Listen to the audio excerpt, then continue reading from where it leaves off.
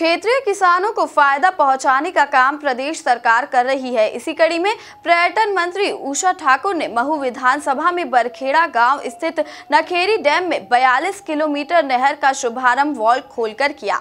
पर्यटन मंत्री और दिग्गज भाजपा नेत्री उषा ठाकुर ने महू क्षेत्र के किसानों को बड़ी सौगात दी है। कैबिनेट मंत्री और महू विधायक उषा ठाकुर ने बड़गोड़ा गांव स्थित नखेरी डैम पर 42 किलोमीटर नहर का उद्घाटन किया। इस नहर से इलाके के लगभग 25 गांव लाभान्वित होंगे।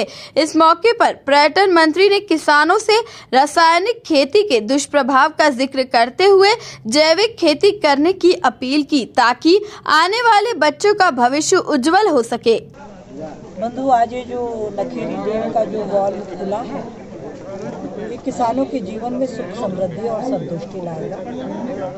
42 किलोमीटर लंबी ये जो नहर है, ये लगभग 40,000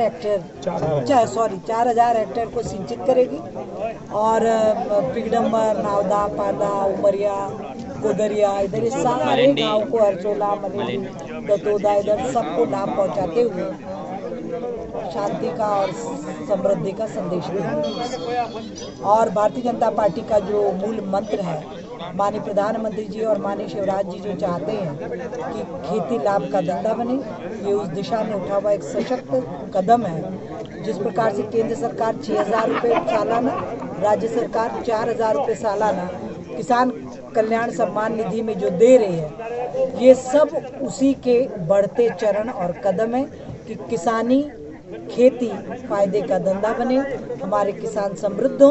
यदि अन्नदाता समृद्ध और संतुष्ट होगा तो संपूर्ण समाज उन्नति प्रगति की ओर विकसित होगा, अर्थव्यवस्था को भी एक गति तीव्रता से प्राप्त होगा। जी, निश्चित रूप से जैविक खेती 21वीं शताब्दी के जगत गुरु भारत की अनिवार्य शर्त है और किसानों से मैं हमेशा करबद्ध प्रार्थना करती हूँ कि रासायनिक खादों के माध्यम से अन्न के उत्पादन की मात्रा तो बढ़ी है, पर उसकी गुणात्मकता कम हुई है और पूरा विश्व और पूरा देश देख रहा है कि किस प्रकार से रोगों ने गांव-गांव को, पंचायतों को घेरा हुआ है।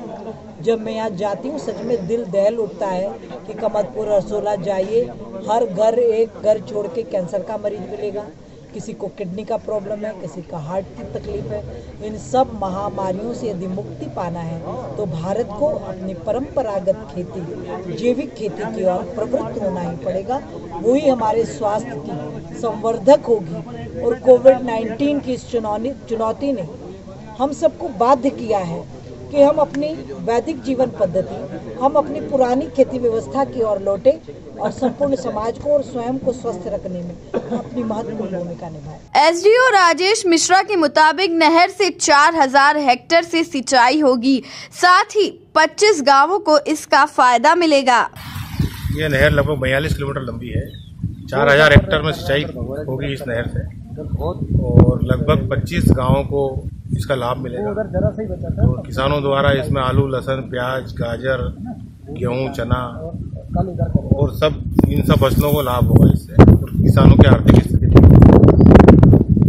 दरअसल नहर शुरू होने से अब किसानों को तो फायदा मिलेगा ही, साथ ही किसानों का मानना है कि अब वे साल में 3 बार खेती कर सकेंगे। Bureau report, MP news, Mhow.